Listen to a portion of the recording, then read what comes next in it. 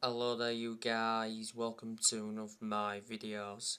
Going to be giving you my predicted 11 for Manchester United's game against Crystal Palace at Selhurst Park. So I'm going to go with the 4-2-3-1 formation. So in goal, David De Gea. David De Gea was in goal in the 4-0 defeat to Brighton.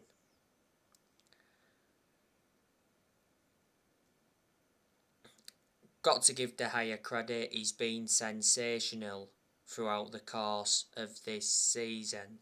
De Gea is regarded as one of the best goalkeepers in the world.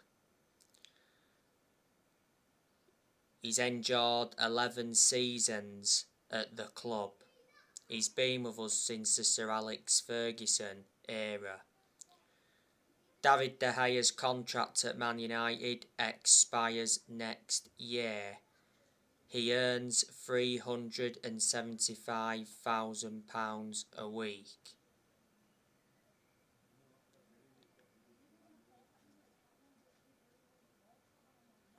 He has won everything domestically at the football club and he's made over 500 appearances for Man United in all competitions. Right back, Diego Dalot. Diego Dalot has been our first choice right back under Ralph Rangnick. And Dalot's had some good games under Rangnick. I don't think Dalot will leave Man United this year. I think he could leave next year. He has been subjected to a lot of transfer speculation before. Last season, Dalot enjoyed a loan spell with AC Milan, so reflecting on that, he gained some experience. Man United got Dalot from Porto back in 2019. We brought him in under the Jose Mourinho era. Dalot's contract expires at Man United next year.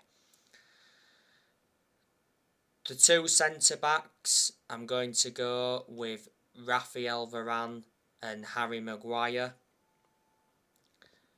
Varane, most of the time when he plays, he seems to make the difference. He has had his poor games at Man United as well. Varane's also had quite a few injuries since he came to the club. Raphael Varane is regarded as one of the best centre-halves in the world. He's highly experienced and he's got a good pedigree behind him because look at the amount of silverware he won when he was at Real Madrid, and he was also a long-serving player at Real Madrid. You know, he was with Real Madrid around 10 years. Man United signed Varane from Real Madrid in the summer of last year. He's got a contract with Man United until 2025. There's an option of a further year.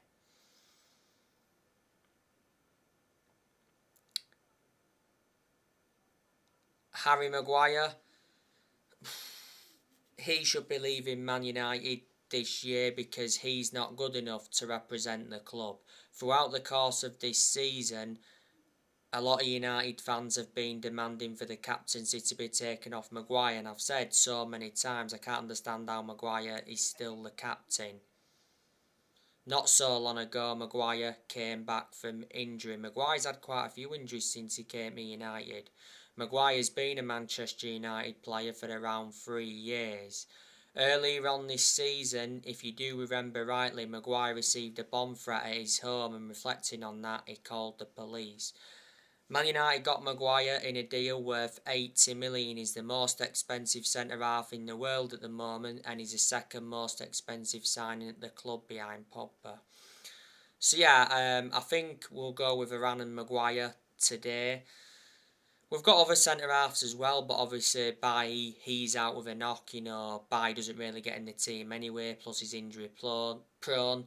Plus Phil Jones, he recently picked up a knock as well. Jones has made like 3 Premier League appearances since January 2020. Lindelof's an option, but nah, I don't think we'll go with him today. At left back, Alex Telles. Obviously, Telles is only the option because Luke Shaw is still out with injury. I reckon this game today will be Tellez's last game for Man United because I reckon that he's leaving this year. Tellez has been poor now for the last few months. We got him from Porto. Got him in a deal worth 15.4 million.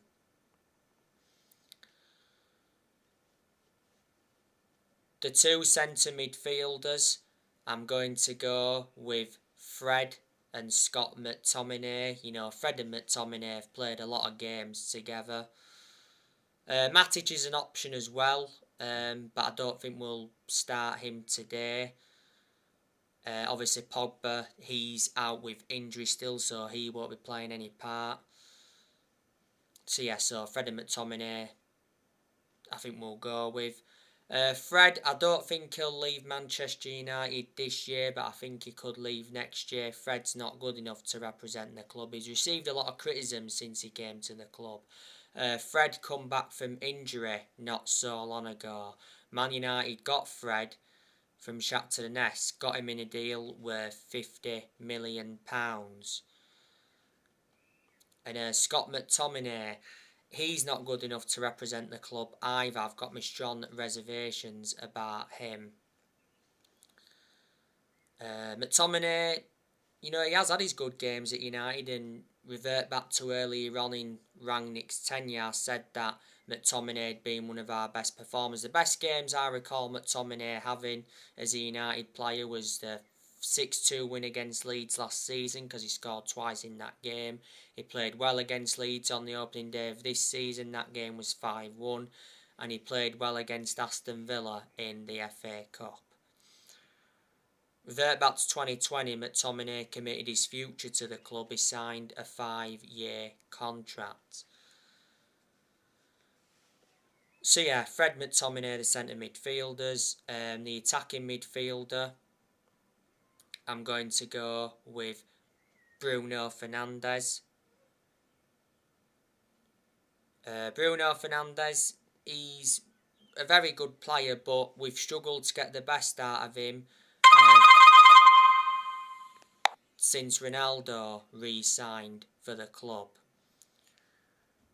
Fernandes is one of our best players, and he's certainly one of the best signings we've made since Fergie retired. Earlier on this season, Fernandes signed a new contract with Man United until 2026. There's an option of a further year. Fernandes has been a United player for over 2 years now. Man United got him from Sporting Lisbon back in January 2020.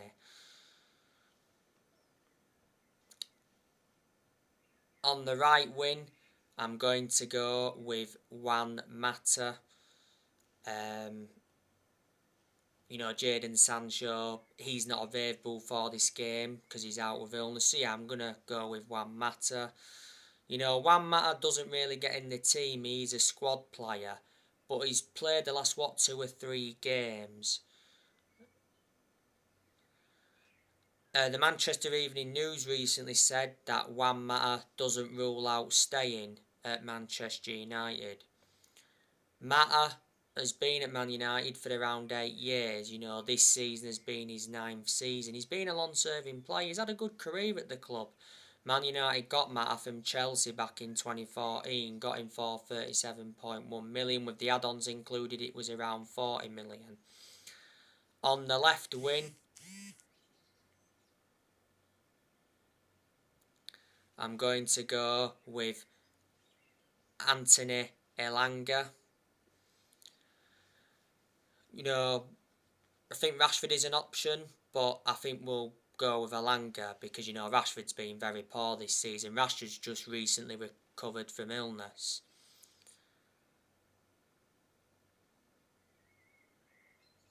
Elanga, I think he's done well in quite a lot of games since he broke into our first team. He's had his poor games as well. Elanga's been part of the club for a long time. He joined Man United's academy at the age of 12 and he's got a contract with Man United until 2026 as an option of a further year. Revert back to earlier on this season, Anthony Elanga got racially abused on social media.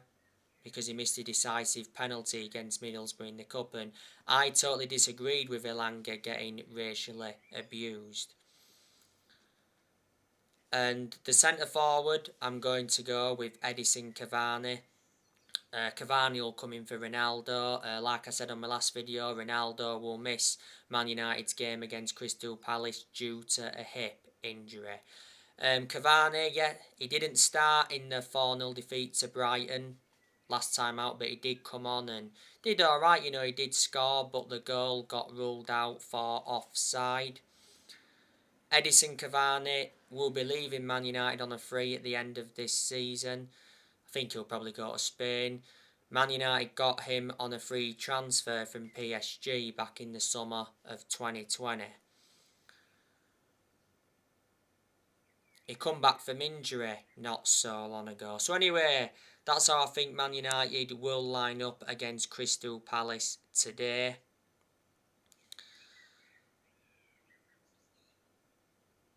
As you all know, Erik ten Hag will be in attendance for the game today.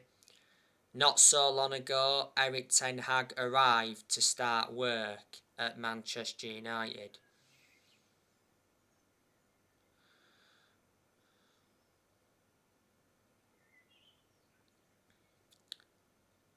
Crystal Palace, they recently lost 3-2 to Everton. The Crystal Palace manager is Patrick Vieira. Vieira's got a contract with Crystal Palace until 2024. When Vieira got appointed in last year as the Palace manager, he signed a 3-year deal. Before, like I've said, Vieira managed Nice in France, and before then managed New York City, and before he managed Man City's reserve team. Before Patrick Vieira, Crystal Palace had Roy Hodgson. Roy Hodgson left Crystal Palace at the end of last season, and then obviously he went on to become the Watford manager. The best player Crystal Palace have got is Wilfred Zaha. Wilfred Zaha will play today. Zaha is a former Manchester United player, so if Zaha plays today, he'll be reuniting with Man United. The reason we let Zaha go is because he didn't get enough first team opportunities. Palace have Odsonne Edouard. I think Palace got him from Celtic. Scott Banks, Jean-Philippe Mateta, Christian Benteke.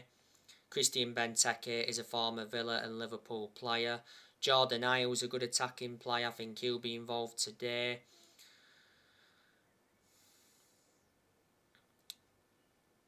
Will Hughes, Crystal Palace got him from Watford. Conor Gallagher, I think at one point Conor Gallagher was at Chelsea. Nathan Ferguson, he's injured at the moment. They've got James McArthur that's injured at the moment. James Tompkins is injured. Michael Elias, he's been out with injury, and that Elias is good. Nathaniel Klein, Crystal Palace have him. Nathaniel Klein's a right back. Nathaniel Klein is a former Liverpool and Southampton player. Joe Ward, he's a defender. A couple of the goalkeepers Crystal Palace have got, like I've said, they've got Remy Matthews and Jack Butland. They've got another goalkeeper as well, but can't pronounce his name. So there's some of the players Palace have. Let me put into the equation that they lost Andros Townsend. Andros Townsend went to Everton from Palace. And back in 2019, they lost Aaron Wan-Bissaka. We got Aaron Wan-Bissaka. So Man United have done transfer business with Crystal Palace before. Man United drew with Crystal Palace at Selhurst Park last season 0-0.